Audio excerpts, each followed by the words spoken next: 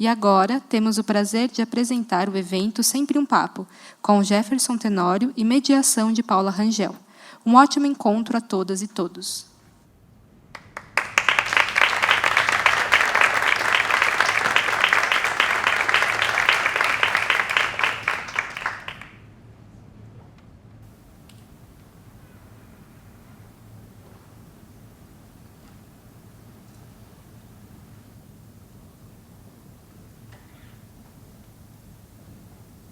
Boa noite.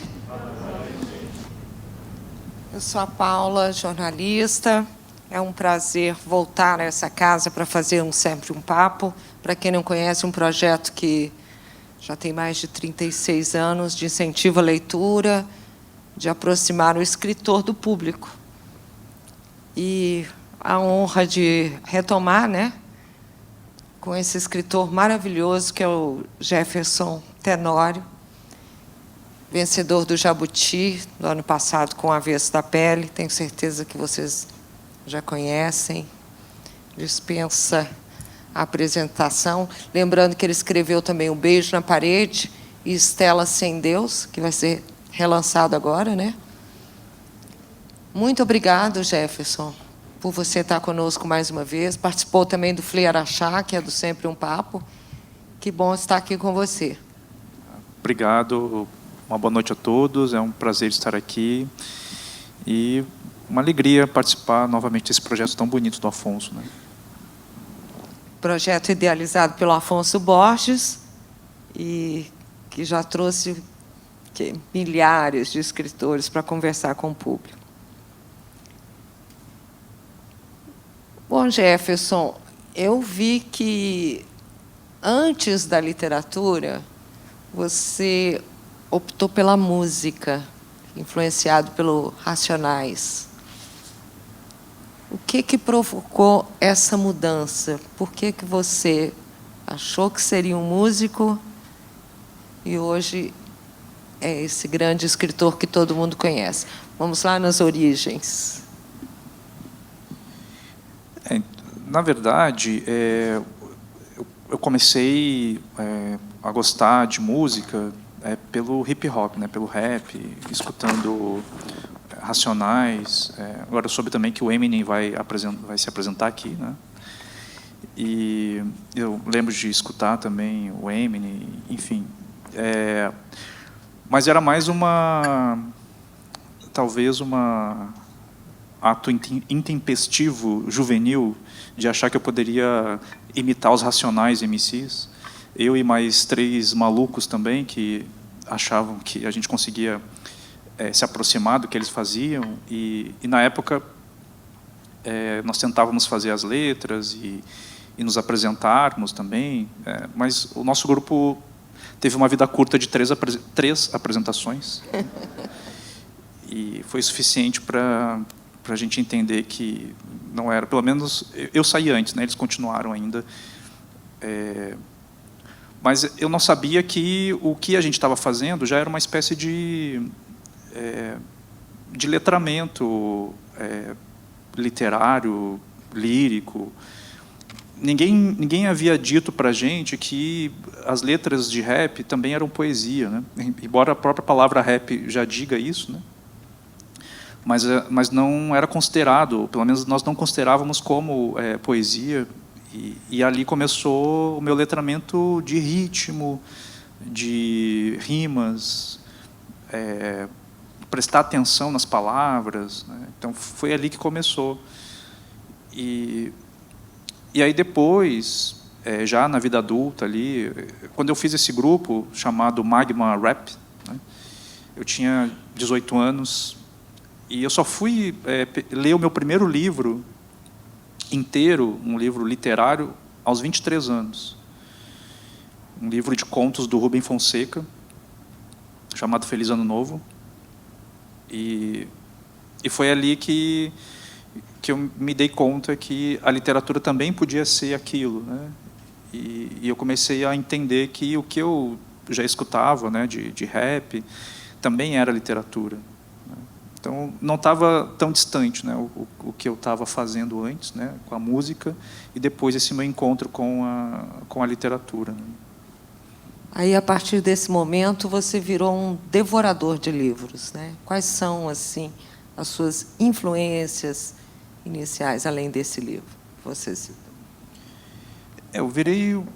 Eu fiquei bastante fanático assim pelos livros, né, depois de ter essa experiência com o livro do Rubem Fonseca, porque vocês imaginem, né, eu sendo um adolescente que estudando em escola pública lá no Rio Grande do Sul, em que as minhas referências literárias eram José de Alencar, né, Iracema, Tronco do Ipê, né, aqueles livros que nos entusiasmavam tanto, né? E as professoras, os professores até tentavam fazer teatro com a gente, mas a gente fazia o teatro, mas não entendia a história, assim, era uma coisa muito... Então, para mim, literatura, quando eu saio do ensino médio, era aquelas histórias, enfim, que não diziam nada para a gente, assim, né? E aí, quando eu encontro então, um texto como o do Rubem Fonseca, que era um texto cheio de palavrões, cenas eróticas, tinha violência... Era um outro tipo de livro, de linguagem, que eu nunca tinha tido acesso. E aí foi quando eu entrei num cursinho pré-vestibular para pessoas negras, lá em Porto Alegre. Era uma ONG, e foi lá que eu conheci professores negros. Foi a primeira vez que eu vi tantos professores negros no mesmo lugar. E um desses professores era o de literatura, o Jorge Frois, que hoje é um grande amigo, né? E esse professor é que, digamos, nos apresentou, né, para mim e para outros colegas, a literatura, né? Mostrou Shakespeare, Cervantes, Carolina Maria de Jesus e assim por diante, né? E quando nós começamos a visitar o apartamento dele, eu e os outros colegas, nós ficamos impressionados com aquela quantidade de livros. Era tanto livro. Se eu não me engano, acho que eram uns 8.000 livros dentro de um apartamento de 45 metros quadrados. Não tinha espaço para entrar naquele apartamento de tanto livro. Me lembro que na cama do quarto dele, metade da cama era composta de livros. No sofá, quando você ia sentar, você tinha que tirar os livros para poder sentar. E quando eu vi aquele mundo, assim, eu pensei, eu quero também isso para mim, eu quero ter essa convivência, eu quero ter uma biblioteca, eu quero ter os livros próximos de mim, né? E os livros, de certo modo, também me protegiam de algumas situações, como nas abordagens policiais, por exemplo, e o Avestapelli, enfim, trata também dessa questão. Mas, em alguns momentos, o fato de eu estar segurando um livro numa abordagem policial, por exemplo, me livrava de uma abordagem mais violenta, assim, né? Ou, às vezes, não era nem abordado. Então, eu tinha o livro quase como uma espécie de escudo, assim, de proteção. E aí foi quando eu comecei a comprar livros e gastava todo o meu dinheiro como office boy comprando livros, deixava de pagar as contas, deixei de pagar a faculdade, e até que eu fiquei devendo muito, não consegui mais pagar, e resolvi estudar, então, para entrar na Universidade Federal, mas não porque era pública, mas era porque eu não precisaria mais pagar para continuar a comprar livros, né? E aí foi o que eu fiz. Comprei muitos livros e não tinha muito critério, não tinha uma curadoria interior. Eu comprava, assim, se eu gostasse da capa, por exemplo, eu ia lá e comprava. Eu tive a petulância de achar que eu poderia saber todos os assuntos, né? E eu era metido, assim, porque eu achava que eu podia falar de todos os assuntos. Mas era essa ânsia e essa sensação de perda de tempo e uma indignação também com o mundo. Por que ninguém me falou antes que ler era tão bom? Por que não me apresentaram esses livros antes? Eu tive que esperar até os meus 23 anos para descobrir isso. E eu fico pensando quantas pessoas que talvez tenham passado, sei lá, dos 30 anos e talvez não tenham chegado ainda, não tenham tido acesso a essa literatura. Então, era um misto de indignação, fanatismo, com o livro, amor, tudo junto, assim. E vamos falar um pouco mais do Avesso da Pele. Eu tenho certeza que você já está um pouco cansado de responder essa pergunta, mas o que ele tem de autobiográfico? Não, cansado não, porque acho que é uma pergunta que me faz refletir. Cada vez que eu respondo, eu acabo respondendo coisas diferentes, né? Porque eu vou pensando justamente nessa relação do meu material biográfico com a literatura, né? Mas algo que para mim digamos, já está superado é de entender que o Avesso da Pele, ele é um livro muito próximo de mim, ele é um livro muito próximo da minha biografia, né? E se as pessoas querem chamar ele de autobiográfico, de autoficção, não tem problema não. Não tem como controlar a recepção das pessoas, né? Elas leem o que elas quiserem, né? Enfim, o fato de eu receber mensagens, né, das pessoas dando os pêsames pela morte do meu pai, embora meu pai esteja bem vivo, né, e seja um homem branco, evangélico, enfim, nada a ver com o Henrique do livro. O que, por um lado, também é um elogio, assim, né? Porque a pessoa lê aquilo e acha que aquilo é tão real, né, e que ela acredita que é a minha vida ali, né? Mas não é uma fabulação, é ficção. Mas também eu seria hipócrita em dizer que não há nada de biográfico ali, né? O fato de eu receber as abordagens policiais, né, de ser professor em escolas públicas no Rio Grande do Sul, eu acho que se aproxima de mim. E o que me distancia é o arranjo linguístico, é o arranjo com a linguagem. Porque se não há esse arranjo estético, aí sim a gente vai ter aí uma autobiografia, né? E não é o que é o Avesso, né? O Avesso, ele é essa mistura, e que eu, às vezes, não sei muito bem o que é invenção e o que é parte da minha vida, né?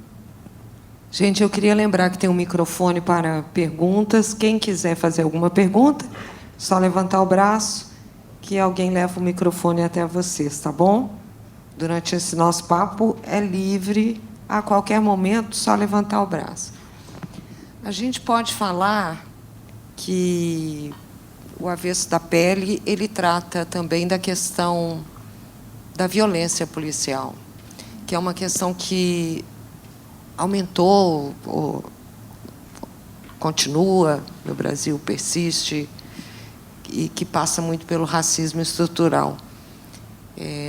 Você acha que isso tende a aumentar? Como é que você está? Ou é a mídia que tem tratado disso mais? A violência policial, ela está, assim, desde que a guarda imperial saiu de dentro do império, de dentro dos castelos, e foi para a rua prender os vadios, né? E a gente sabe muito bem quem é que eles consideravam vadios. As pessoas negras, escravizados ou não, né, já eram perseguidos por essa guarda imperial. Se eu não me engano, acho que até a década de 70 ou década de 60 ainda se chamava a guarda imperial, a polícia que atuava nas cidades, né? Então, é histórico essa violência, e é uma visão de Estado, é uma visão que tem um alvo, e a mudança de mentalidade, a gente tem uma certa impressão, e acho que uma certa ilusão de que está havendo uma mudança de mentalidade. Eu acho que ainda não, né? O que eu vejo é que as coisas estão sendo mais filmadas, estão sendo denunciadas, e por isso a gente tem essa sensação de que, olha, alguma coisa está mudando, a sociedade não tolera mais, né, então. Mas, por outro lado, também é um pouco... eu acho que é perigoso também a espetacularização desses eventos. E acho que é um pouco o que eu escrevi num texto meu há algumas semanas, no UOL, falando sobre qual é o limite entre a denúncia e a espetacularização dessa brutalidade, dessa violência. Ou seja, quantas vezes é repetida aquelas imagens de violência contra corpos negros, e o quanto isso vai estigmatizando também esses corpos, e o quanto a mídia lucra em cima dessas imagens também. mas, ao mesmo tempo, você precisa denunciar, né? Você precisa também causar uma indignação popular, né? E que acabe também, que a opinião pública pressione para que haja algum tipo de punição. Ou, enfim, eu acho que é uma linha muito tênue, assim, né? E o Avesso da Pele, o que ele acaba trazendo é uma discussão sobre como humanizar essas pessoas que são mortas. Porque uma coisa é você estar lá almoçando, assistindo o jornal e, de repente, aparece lá uma estatística dizendo que tantos por cento da população negra morre todos os anos, né? E passa 1 minuto e aí vamos falar agora sobre o tempo, né? Você não consegue nem absorver direito o que significa aqueles números, e eu acho até que não é para ser absorvido mesmo, é só uma informação, um número. E o Avesso da Pele é a tentativa de tirar esse número frio, e tentar humanizar essas pessoas e mostrar que elas tinham uma vida, elas são muito mais que um número, né? Alguma pergunta aí, gente? Vou continuar. Uma outra questão que é muito interessante é a construção das relações familiares que você montou. E, principalmente, o desenvolvimento de cada personagem.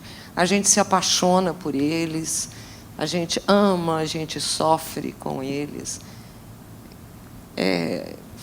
Foi uma ideia, eu achei, sensacional para sair assim do esquema panfletário. Por onde passou essa ideia de criação? Como você bolou esse processo criativo de cada um, da avó, do pai, a mãe, a sociedade toda representada ali? Assim como os outros livros, os outros romances, né? O Avesso também ele não parte de temas explícitos, assim, né, como o racismo, sei lá, machismo e outras pautas que a gente tem visto hoje em dia. É tentador você começar um texto a partir desses temas, né? Porque, enfim, são coisas que me agridem e agridem as pessoas que eu gosto todos os dias. Então, você quer fazer alguma coisa. Mas é preciso resistir a essa tentação de cair nesse panfletarismo, e que é necessário, e é isso que eu faço. O meu lado militante ele aparece mais nos meus textos de opinião do que propriamente num texto literário, porque o texto literário ele pede um outro tempo, né? Ele é um tempo mais subjetivo, ele é um tempo mais profundo, e talvez por isso ele abra para outras discussões, né? Ele talvez comunique menos que um texto militante. Então, para que eu não caísse nessa armadilha, né, de fazer um texto que fosse panfletário, militante, eu procurei, então, justamente pensar nas relações familiares e que essas relações tivessem um caráter existencial, né? O que significa? Significa que essas pessoas estão prestando atenção em si e nos sentimentos que elas estão vivenciando. Por isso que o nome do livro é O Avesso, né, da Pele. Ou seja, não é a pele que interessa, na verdade, né, no livro. O que interessa aqui é o que as pessoas não enxergam nas pessoas negras. É esse avesso, são essas contradições que todos nós carregamos, as nossas angústias, e todos esses sentimentos que a pele não diz. Então, por isso que eu parto das relações familiares, e eu queria muito escrever um livro sobre a relação entre pai e filho, principalmente depois que eu me tornei pai, e acho que era um momento assim da minha vida que eu quis escrever um livro em que o foco fosse essa relação paterna, buscando uma não idealização dessa representação paterna, né? E por isso que a minha pesquisa no doutorado, em que eu pesquisei a representação paterna nas literaturas luso-africanas, me ajudaram a construir esse personagem. Porque no início do Avesso da Pele, eu percebi que o Henrique ele estava muito idealizado, assim, né? Ele quase era um super-homem, assim. E aí eu pensei, não, eu preciso equilibrar um pouco melhor e tornar esse personagem mais honesto possível, né? Honesto no sentido de honestidade com os leitores, né? Com suas contradições, né? Os seus erros, suas ausências, né? Mas isso era fruto da minha pesquisa no doutorado. Eu tinha uma tese quando eu comecei, e depois a tese caiu por terra. Mas mais adiante, se vocês quiserem, eu conto um pouco sobre essa tese da paternidade que caiu por terra durante a pesquisa. Vocês querem? Claro. Faz tanto tempo que eu não falo dessa tese. Então, eu defendi ela em março desse ano. A minha formação é em literaturas luso-africanas, desde o mestrado até agora o doutorado. Na tese, eu pesquisei 3 livros. Um do Lobo Antunes, um escritor português, chamado... O livro era Até que as Pedras se Tornem Mais Leves que a Água. O segundo livro era da Paulina Chiziane, o Niket, uma história de poligamia. E o terceiro livro era um livro do Agualusa, escritor angolano, chamado As Mulheres do Meu Pai. Então, eu foquei na representação paterna nesses livros. Bom, qual era a tese? A tese era que acho que dificilmente vocês vão encontrar na literatura ocidental uma representação paterna que seja positiva, né? Vocês podem encontrar um ou outro, assim, mas geralmente o pai é aquele pai traumático, aquele pai que é ausente, violento. Pensem aí, sei lá, no Lavoura Arcaica, por exemplo, é o suprassumo do pai, né, terrível. E aí a minha tese era essa: o pai ocidental, eurocêntrico, branco, heteronormativo, é esse pai traumático, né?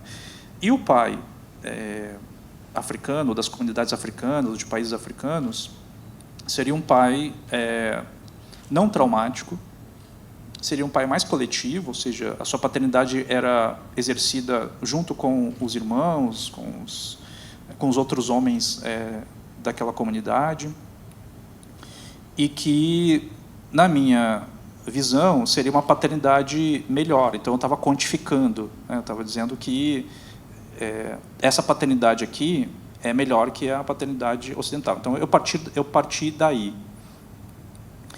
Bom, aí fui ler o Lobo Antunes, a tese se certificava, e eu comecei a também ler filosofia africana, até que eu cheguei em 2 livros, já na metade da tese, com 2 anos de pesquisa, e me chegou 2 livros. Um foi da Yorunke Oeumi, chamado A Invenção das Mulheres, se eu não me engano ela é nigeriana, e o livro da Paulina Chiziane, Niket, né, que eu já havia lido, mas não com esse foco da paternidade. E quando eu li as duas em cruzamento, eu comecei a perceber que o pai que eu estava construindo ali na minha pesquisa, o pai africano, ele estava acabando...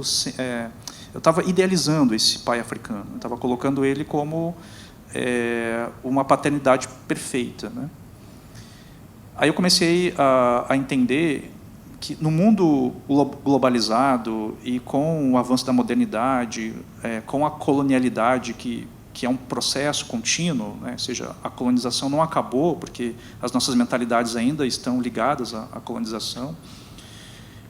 É uma ingenuidade a gente achar que a paternidade não seria também atingida, né, pelo Ocidente, né?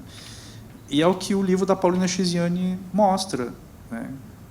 Um dos personagens, que é o Tony, na verdade, ele é a negação da paternidade, ou seja, ele se utiliza de uma tradição africana, por exemplo, para tirar proveito disso, né? Então, ele se casa com a Rami dentro de uma constituição católica Mas quando ele é descoberto, e aí se descobre que ele tem mais 5 esposas, daí ele diz que ele é poligâmico de acordo com a tradição daquele lugar. Então ele fica jogando com essas tradições e com a cultura ocidental. Conclusão é que os homens sempre dão um jeito de continuar exercendo o seu patriarcalismo. Essa é uma das conclusões, né, que eu cheguei. E aí o último capítulo da minha tese se chamava A Procura do Pai é a Procura da Mãe. E aí foi que eu me dei conta que eu não estava fazendo uma tese sobre o pai, eu estava fazendo uma tese sobre a mãe, né? E aí então eu dediquei todo um último capítulo falando sobre o quanto a construção ou o imaginário que nós temos da maternidade influencia também nesse imaginário da paternidade. Enfim, eu atropelei 200 páginas de tese, né? Não sei se eu consegui esclarecer, mas foi por aí. Vamos às perguntas. Quem? Tem uma aqui, ó. Vamos levar o microfone até você. Eu vou pedir que você fale no microfone, porque a gente está gravando. Isso depois vai ficar disponível no YouTube do Sempre um Papo, tá, gente? É só chegar lá e procurar daqui a alguns dias. Então, boa noite. Qual é o seu nome? Boa noite. O meu nome é Igor. É um prazer estar aqui. E a minha pergunta para você, Jefferson, é com relação à ancestralidade. Acho que está um pouquinho baixo. Será não sei. que eu vou tirar um pouquinho? Está melhor agora? Agora sim. Acho que era a máscara. É um prazer estar aqui com vocês. E a minha pergunta para você, Jefferson, é sobre a ancestralidade. Eu queria saber como que essa questão da potência da ancestralidade se apresentou para você, porque você falou sobre algumas leituras aí já nos seus 20 e poucos anos, mas eu quero saber mais sobre essa ancestralidade até na literatura. Por exemplo, você falou de Carolina, e hoje ainda bem a gente tem muito mais espaço para as narrativas negras. Eu acho que estamos ganhando espaço para as narrativas negras, mas até pouco tempo atrás, muitos dos nossos escritores negros ou das nossas narrativas sobre o corpo negro, como a própria Carolina, como Ruth Guimarães, como Solano Trindade, como tantas pessoas que tentaram falar sobre essas narrativas negras, não tinham todo esse espaço, não conseguiam ter esse espaço e essa divulgação. Então, eu queria saber de você como que foi o teu processo para descobrir essas narrativas, como que elas foram se apresentando para você ao longo da sua vida. Obrigado. Obrigado pela pergunta. A gente até tinha esquecido do título, né? Literatura, Filosofia e Ancestralidade. Obrigado por ter lembrado a gente. Então, esses livros chegaram também tardiamente para mim. Eu começo a faculdade lendo essa literatura ocidental, tradicional, né? Shakespeare, Cervantes, Homero e todos esses autores. Depois, já no meio da faculdade, eu começo a me interessar pela literatura norte-americana negra, aí que eu vou descobrir James Baldwin, Toni Morrison, Ralph Ellison, né? E outros escritores negros. E já no fim da minha graduação, eu descubro que Machado de Assis é negro, que Lima Barreto existia, né? E aí eu comecei a entender que havia alguma coisa errada, assim, né? Mas já no final da graduação. E aí, quando eu chego no mestrado, é que eu começo a ter um pouco mais de consciência que a história da literatura, ela era um ponto de vista muito, para não dizer outra palavra assim mais forte, mas ela excluiu muita gente, né? E eu tive professores muito bons também na minha formação, que me ensinaram, e naquela época não se falava nessa expressão decolonialidade, né? Tem uma postura decolonial em relação ao conhecimento, mas eles me ensinaram a desconfiar desse conhecimento, né? A desconfiar por que é assim, né? Por que é desse jeito, as histórias que nos contavam, né? Porque elas tinham que ser desse modo. Eu fui professor até o ano passado, até junho do ano passado. A última turma que eu tive era uma turma, uma escola particular lá em Porto Alegre, e era uma turma de primeiro ano do ensino médio. E eu estava trabalhando com eles tempos verbais. Eu não gosto de trabalhar gramática, mas eu acho que tem algumas coisas da gramática que são legais, assim. Eu acho que os tempos verbais eram importantes. E aí, para não ficar naquela coisa de conjugação e decoração e tal, de ficar decorando as conjugações, eu propus a eles falar sobre o tempo.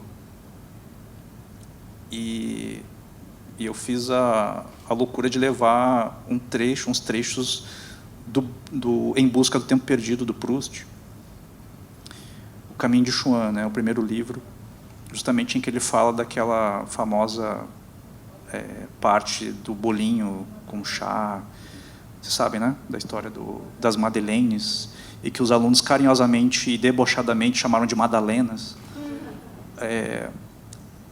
E aí a gente cozinhou as madeleines, a gente fez. Né? Expliquei para eles o que era e tal, a gente foi para a cozinha lá da escola e fizemos as madeleines. Depois a gente comeu com chá, e aí eu perguntei para eles se eles estavam sentindo alguma coisa, assim, se alguma coisa lembrava a infância deles, ou alguma coisa assim. E todos eles foram categóricos, dizendo que, primeiro, o bolinho era sem graça. Esse Proust aí, professor, não sei não, hein? Acho que ele não tinha bom gosto, não. Sei lá, feijoada da minha avó é melhor do que esse bolinho aí. E aí a questão era essa, assim, olha só o que eles estavam fazendo, eles estavam desconfiando do Proust. É isso, o olhar decolonial não é jogar fora, não é dizer que Proust não presta. Ele presta para muita coisa, mas para outras coisas não.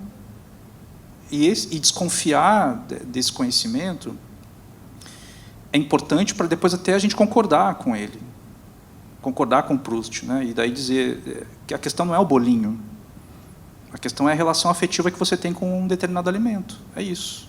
Né? E essa foi a conversa, assim. Então, a gente saiu lá dos tempos do pretérito perfeito e imperfeito para parar no Proust falando sobre o tempo. Então, uma postura decolonial, e é o que eu costumo dizer, é justamente essa, é não jogar fora o que nós aprendemos, mas desconfiar desse conhecimento. E aí é que eu chego, então, na ancestralidade, com esse olhar, porque a construção do imaginário do que é ancestralidade, no imaginário ocidental, é algo que é num tempo muito antigo, né? E é no sentido de reverência, né? É no sentido metafórico. Esse é o sentido, é simbólico. No sentido das literaturas de matriz africana, ou da filosofia de matriz africana, a ancestralidade significa uma outra coisa. Ela significa a presentificação desse passado. Ou seja, e não é algo simbólico, ele é algo presente na vida dos vivos. Significa que os mortos exercem atividade na vida dos vivos. Essa é a questão. A ancestralidade somos nós hoje, porque a separação dos tempos, voltando de novo a falar de tempo e filosofando um pouco, essa divisão cartesiana que a gente tem de passado, presente e futuro, é um modo que o Ocidente conta o tempo e a passagem do tempo. Mas dentro de uma perspectiva ancestral, de matriz africana, esse tempo é hoje. O tempo é sempre hoje. O tempo é sempre agora. E não há uma separação. Tem uma fala muito bonita do Paulinho da Viola, no documentário chamado Meu Tempo é Hoje. E ele fala muito naturalmente, assim, que ele diz que, às vezes, ele não tem muita noção do tempo, assim, se o que aconteceu com ele foi há 20 anos atrás, ou se foi, sei lá, há uma semana. Ele tem uma memória que ela acaba conjugando todos os tempos num tempo só. E vejam que isso muda muito a nossa visão de mundo e de como a gente experimenta o presente. é uma redundância dizer que a gente precisa presentificar o presente. Mas para que a gente não caia nessa violência, que é a passagem do tempo, e é isso que o livro do Proust fala, num certo sentido, que a única forma de você recuperar o tempo é pela arte. Ele vai escrever os 7 volumes para depois dizer isso, né, que a única forma de você recuperar e presentificar o tempo é pela arte. O que as literaturas de matriz africana nos dizem é que o modo de você vivenciar a sua vida é prestar atenção no que está acontecendo com você e com as pessoas que estão ao seu redor. E prestar atenção é você se preocupar, é você ter sei lá, respeito por quem está ali com você, né? E num mundo tão cheio de atrativos, a gente não consegue ter esse tempo de presentificação. E a gente fica com aquela sensação de tempo perdido, aquela sensação de domingo à tarde, sabe? Vocês têm aquela impressão de que alguém está fazendo alguma coisa muito legal, mas eu não estou fazendo, né? Aquele domingo à tarde, ou sábado à tarde, que é mais marasmento ainda, né? Mas para que a gente tenha essa presentificação do presente é prestar atenção no que você está fazendo, né? Acho que é isso. Lá atrás nós temos mais uma pergunta. Que bom, o pessoal hoje está participando. Boa noite. Boa noite, meu nome é Paulo.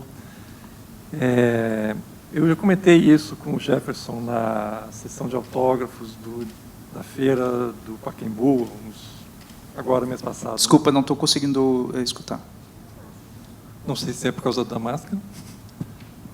Eu comentei com você na feira do Pacaembu, mas só na feira de autógrafos, não no debate lá, uma história que me ocorreu quando eu estava lendo O Avesso da Pele. Eu sou lá de Porto Alegre também, e lembro exatamente, porque eu sou regulo de idade com o Henrique, né? Eu sou contemporâneo das aventuras do Henrique por lá também. E aí, a certa altura, tem uma cena no livro que ele estava lendo o Crime e Castigo, e aí ele se dá conta que, no ônibus, né, ele se dá conta que entraram os policiais, que lá em Porto Alegre são os brigadianos, né, a brigada militar, né, a polícia militar. E aí ele viu que ele é abordado e tal, e que ele tem que descer do ônibus.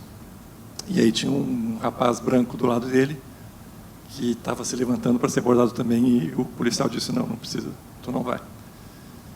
E essa cena aconteceu exatamente comigo, bem nessa época aí, né, do Henrique, porque isso foi lá no começo dos anos 90, quando houve uma onda de arrastões nos ônibus, que era um crime novo na cidade.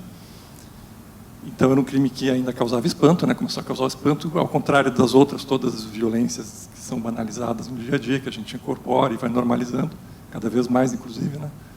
Mas quando surge uma coisa nova, assim, que sai um pouco do roteiro, então o governo do estado começou a fazer mandar a polícia fazer batidas em ônibus, né, abordagens em ônibus e tal. E a primeira vez que aconteceu uma batida, que eu fui, que o meu ônibus foi parado para uma batida dessas, eu estava no banco do corredor e tinha um menino negro no banco da janela. O policial mandou o menino negro descer e eu não. E aí todo mundo era revistado lá fora, com mão na lateral do ônibus e tal. Em outras ocasiões, pelo menos uma ou duas, eu lembro que eu fui abordado também, todo mundo desceu. E todos os homens do ônibus, por exemplo, tinham que descer, eram revistados lá fora, abre mochila e tal. Mas nessa primeira vez não, isso me marcou muito, né? Fiquei muito chocado. E foi uma demonstração assim brutal desse racismo estrutural que a gente vive. E quando eu li essa cena no livro, né, e isso me veio exatamente, né, essa lembrança à memória. E, de novo, né, eu vivi essa experiência da brutalidade. E fiquei pensando o quanto é importante, né, como tu mesmo falou, na questão, por exemplo, do texto do Rubem Fonseca, que fala da gente para a gente no hoje. Eu acho que o teu livro cumpre esse papel também, né, de falar para nós quem nós somos hoje como sociedade, como país, como cultura. E talvez seja esse um dos papéis da literatura, né? Se a literatura, entre aspas, serve para alguma coisa, talvez seja esse um dos papéis. É mais um comentário, menos uma pergunta, enfim. Mas eu queria agradecer por esse impacto do livro entre tantos, né? Mas essa cena particularmente me marcou muito. Obrigado. Obrigada. Mais alguma pergunta? Aqui, sabia. Você falou que não ia perguntar, mas está chegando o microfone. Um minutinho.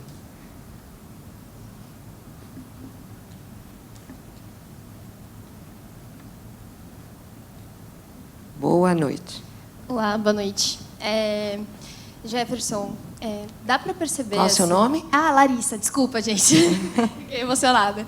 Eu sou Larissa e é muito notório, assim, agora sabendo esse dado da sua biografia de que você era rapper antigamente, acho que talvez isso fica bem claro que a música está bem presente na sua obra e as referências que você utiliza são, assim, incríveis.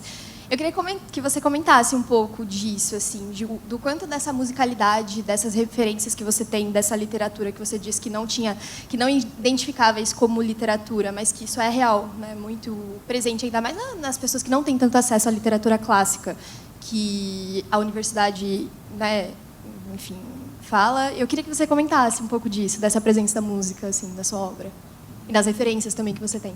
Obrigada.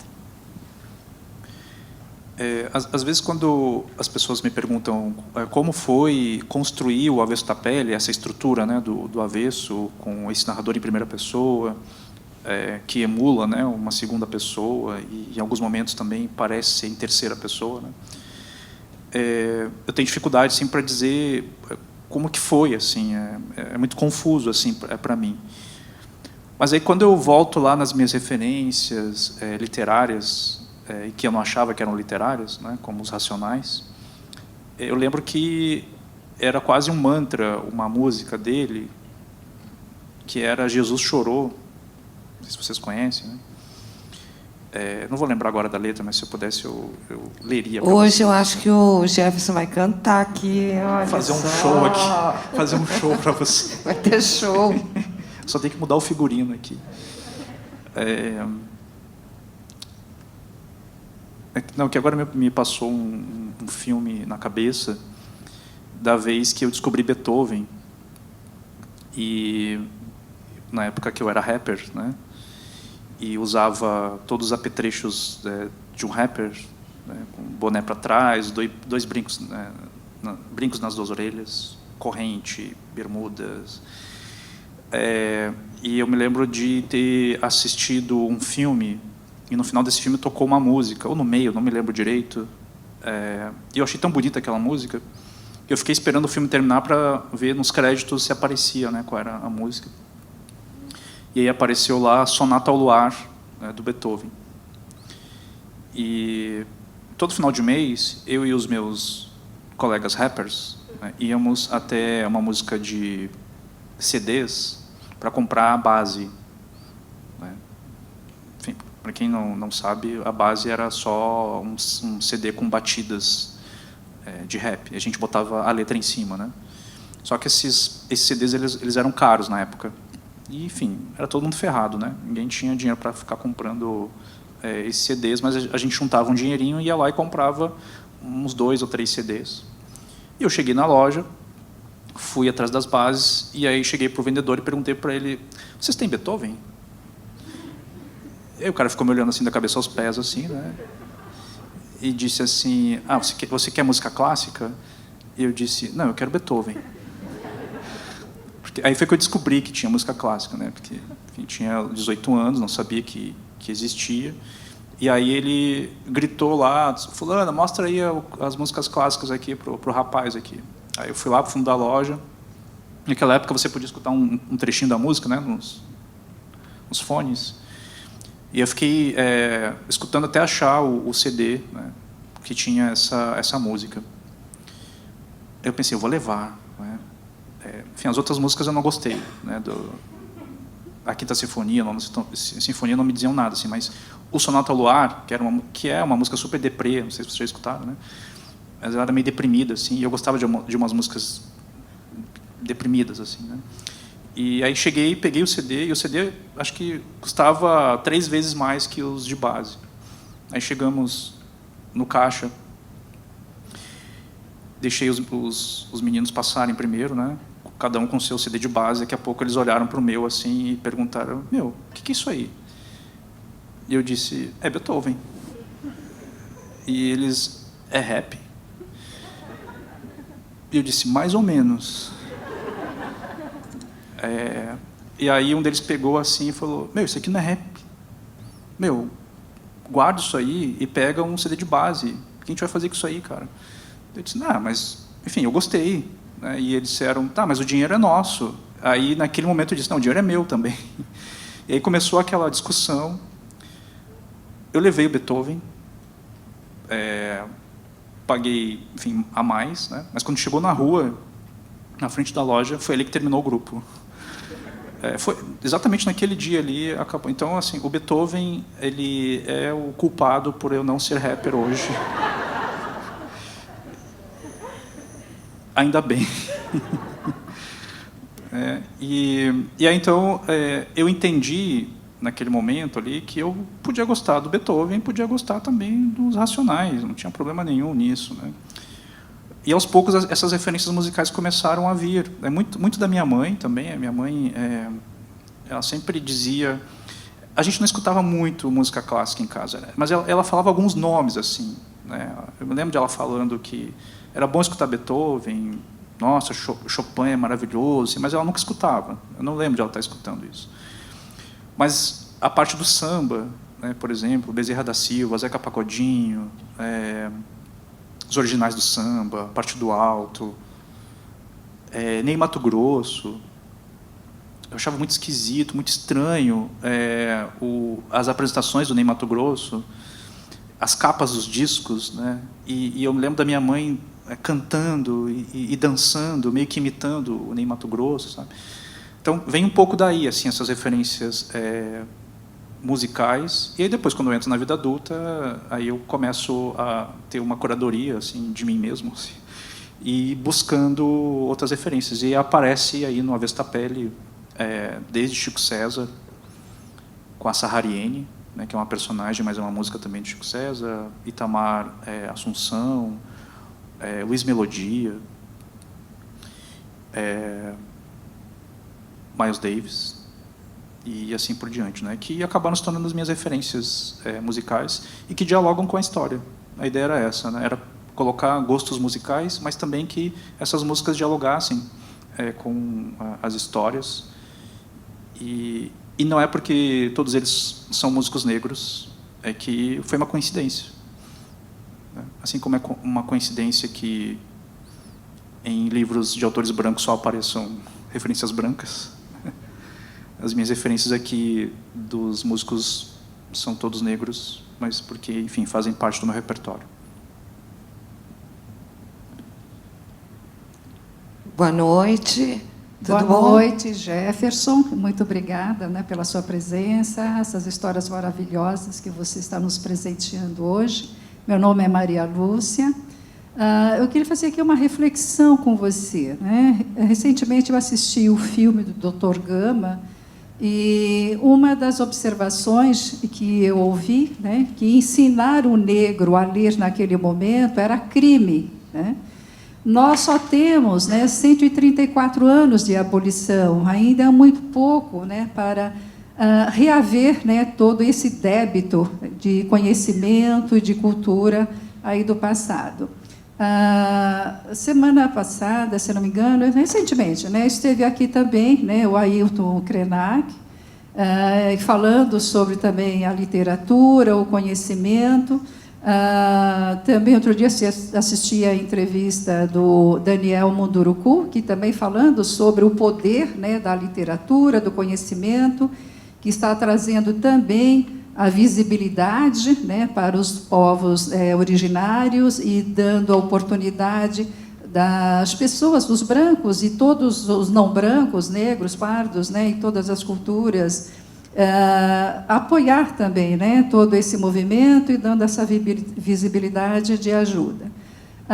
Você, nesse momento, há uns minutos atrás, né, contou uma história muito interessante da sua vida, que o livro foi um salvo-conduto para você se movimentar, né, diante aí do seu bairro, da sua cidade, e que, fazendo aqui essa reflexão, e hoje a gente vê um outro histórico, né, no século XXI, o nosso governo de plantão, dentro aí da sua live Al-Qaeda, que ele faz toda semana, estava outro dia parabenizando a quantidade de clubes de tiros, né, que estavam sendo expandidos aqui no Brasil, e no final ele faz uma graça.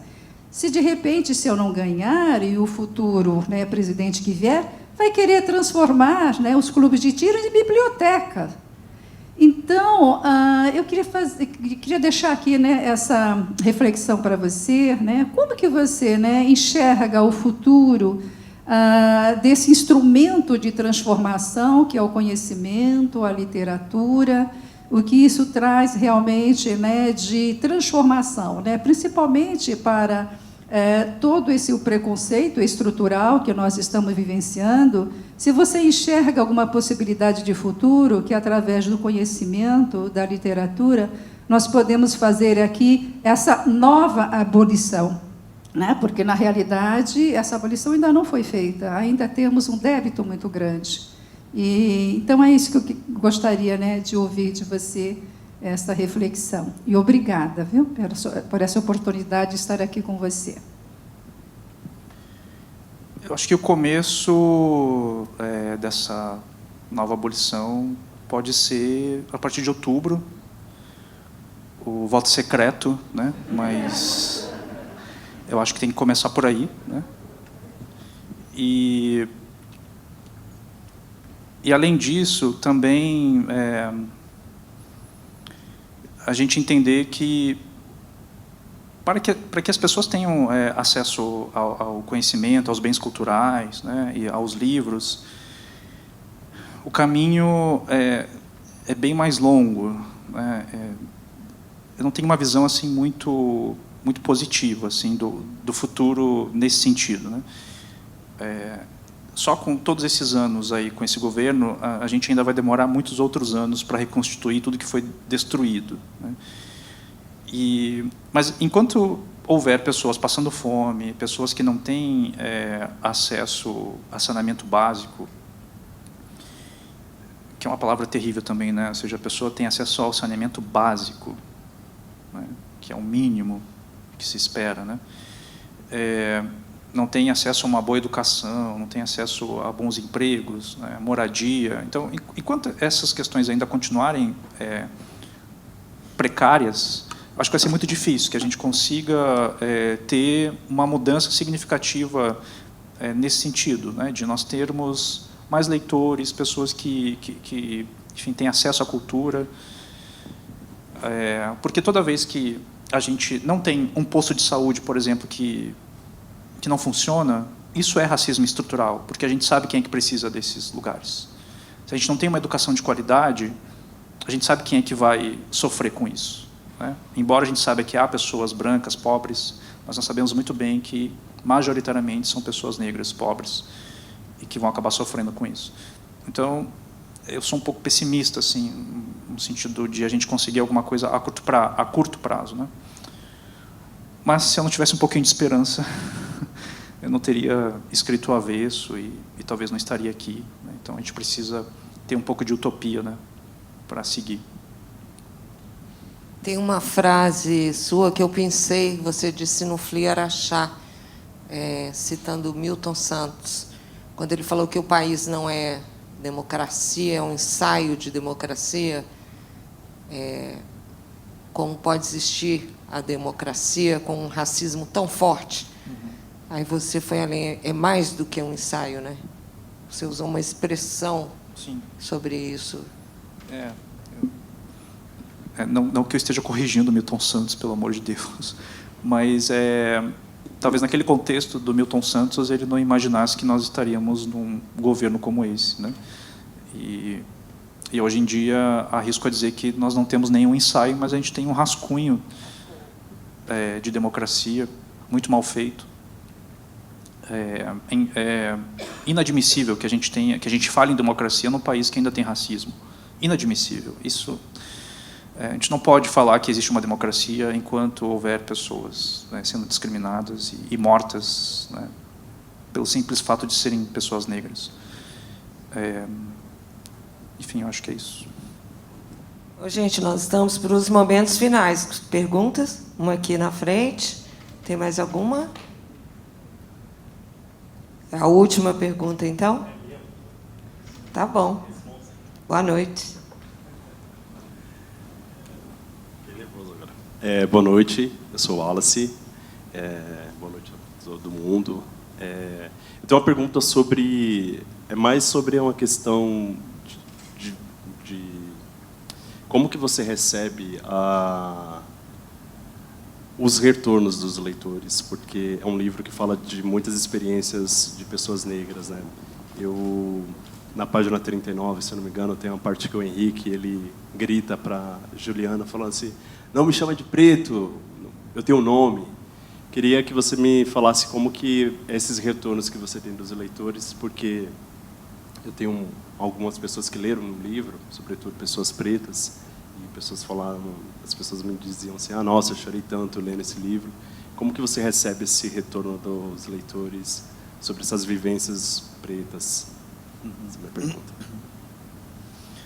Bom, nessa página que você falou, né, quando a Juliana e o Henrique estão tendo uma discussão, né, a Juliana é branca e o Henrique é negro, e eles são jovens, né, acho que têm 19, 20 anos, e eles construíram ali uma relação ingênua, né, de acharem que o racismo não iria interferir no amor, no afeto deles, né?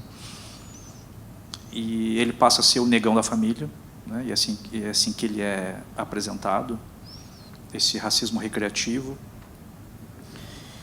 E ele vai tendo uma consciência racial, e quanto mais consciência racial ele vai tendo, mais a Juliana se sente... ela começa a não gostar daquela consciência toda.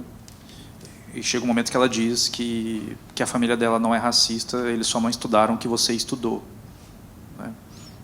E ali ele já começa a entender o que está acontecendo ali. E até que ela, no momento assim que eles estão discutindo, ela tenta ser carinhosa com ele, né? E chama ele de meu preto, meu negro, não sei. E aí ele diz: não, eu tenho nome. E é a primeira vez que o nome do Henrique aparece no livro, né? Tomei esse cuidado para que o momento que aparecesse esse nome fosse um momento de afirmação, né? Talvez a branquitude não saiba disso, mas o nome, chamar as pessoas negras pelo nome, é muito importante. Porque, anos e anos, nós tivemos os nomes associados à cor da pele, né? Blackout, a cor da negão, enfim, escuridão, tudo que tem a ver com a cor da pele e que tem um caráter pejorativo. Então é muito importante que as pessoas sejam chamadas pelo nome. Como é que eu te chamo? É preto ou negro? Você pode me chamar pelo nome, né? Como já aconteceu algumas vezes, né, de perguntarem isso. Então, quando as pessoas negras leem o Avesso, tem esse momento de identificação assim, muito forte. Embora eu esteja contando uma história que é muito próxima de mim, e talvez uma história individual, as trajetórias negras são muito parecidas no Brasil, e talvez no mundo, né? Mas elas são muito parecidas, né, as violências que as pessoas negras sofrem, e talvez por isso haja essa identificação de coisas que, quando eu estava escrevendo, pareciam que eram só minhas. E quando o livro chega nos leitores, parece que é partilhado essas violências, né? Agora, é curioso como as pessoas brancas recebem o livro, né? Não todas, mas algumas, quando leem o Avesso, têm um sentido de surpresa com algumas cenas do livro, de elas pensarem que, nossa, eu nunca pensei sobre isso, nunca achei que o racismo acontecesse desse jeito, que essas microviolências, né, acontecessem na vida das pessoas negras. O simples fato de uma mulher negra entrar numa loja de elite e entrar tranquilamente naquela loja, sem que ela se sinta mal. E isso eu sei de observações da minha própria família, da minha mãe, da minha avó. Ou seja, elas não iam numa loja, sei lá, da Zara, estou fazendo aqui uma propaganda, né, mas assim, só para olhar. Ela vai lá para comprar, porque ela não quer cair no estereótipo de uma mulher negra que não tem como comprar. Ela não pode ir lá só dar uma voltinha, né? Assim como um homem negro não pode entrar numa relojoaria, numa loja de joias rapidamente, assim, tipo, vou só dar uma olhada ali, ver se eu encontro uma aliança e já vou sair. Isso tem custo, e às vezes custa a vida das pessoas, né? Então, esse cotidiano racista, o Avesso da Pele traz, né? Então há aí uma surpresa de algumas pessoas brancas, né? Enfim, que por um lado é bom, né? Porque, enfim, as pessoas descobrem que, enfim, esse é o dia a dia das pessoas negras, né? Por outro lado, me causa uma certa angústia, né?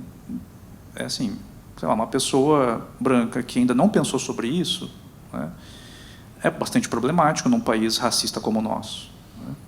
Ou como uma senhora, certa vez, lá no interior do Rio Grande do Sul, com seus 83 anos, leu o Avesso da Pele e disse, abriu o microfone e falou: Jefferson, eu tive que ler o Avesso da Pele para saber que o racismo existe.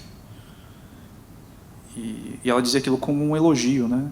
E eu fiquei pensando, onde é que a senhora estava nesses 83 anos, né, que a senhora não viu que o racismo existia, né? Mas que bom que, pelo menos, né, chegou a essa idade e reconhece, né, que o racismo existe. Então, há essa identificação. Por outro lado, também, há identificações do Avesso da Pele com outras coisas que não têm nada a ver com o racismo, né? A relação conjugal ali da Marta com o Henrique, que é uma relação super conflituosa e, enfim, quem já tem os seus 40 anos, mais ou menos, já deve ter passado por relações conflituosas, né? E aí há essa identificação também, né, com esses personagens, ou com a própria dinâmica ali da psicanálise também que aparece, a questão da educação também, professores que se identificam também com o personagem. Enfim, há várias formas assim de identificação que eu tenho recebido das pessoas. Isso, para mim, é tão bom, para mim é tão bonito, porque eu fico com aquela sensação de que, nossa, eu escrevi um livro pensando uma coisa e daqui a pouco ele abriu para tantas outras, né? Então, essa é a beleza da literatura, conseguir esses diálogos possíveis depois que você entrega ele para os leitores. Acho que é isso. Jefferson, muito obrigada. Foi muito bom te receber aqui, estar com vocês. Gente, uma salva de palmas, por favor.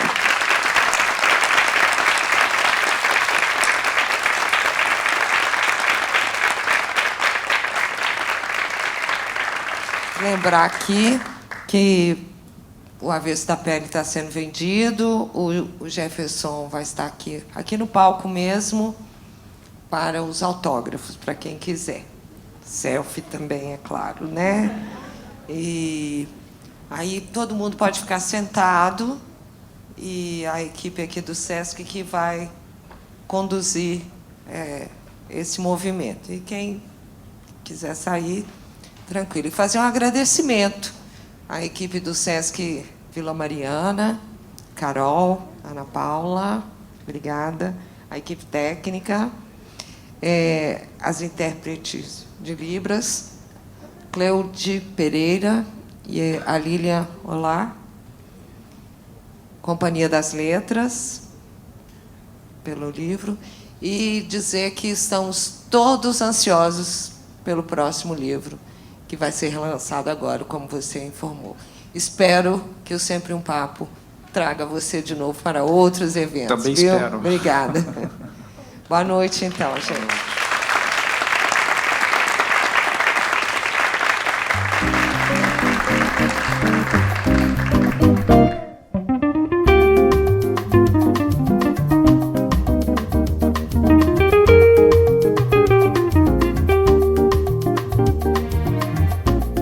Música